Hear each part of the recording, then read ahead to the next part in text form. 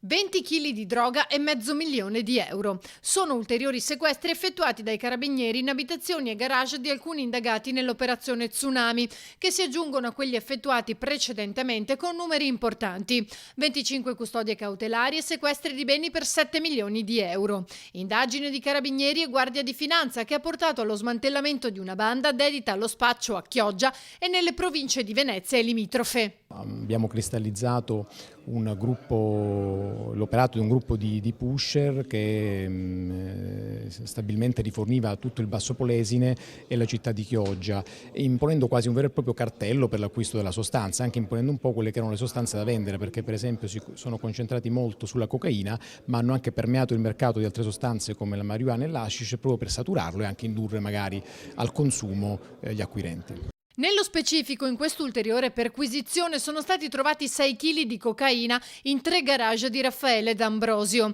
Era nascosta all'interno di un'auto e in alcuni borsoni. 9 kg di marijuana invece in un garage a disposizione di Alessandro Carrisi, che si sommano agli altri 4 sequestrati a Christian De Pascalis, arrestato in flagranza.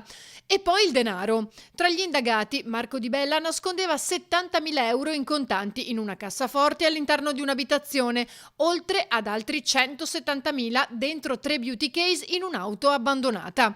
Sempre all'interno di beauty case, D'Ambrosio conservava 60.000 euro, cui si aggiungono i 40.000 trovati in una cassaforte di proprietà di Sandro Furlan.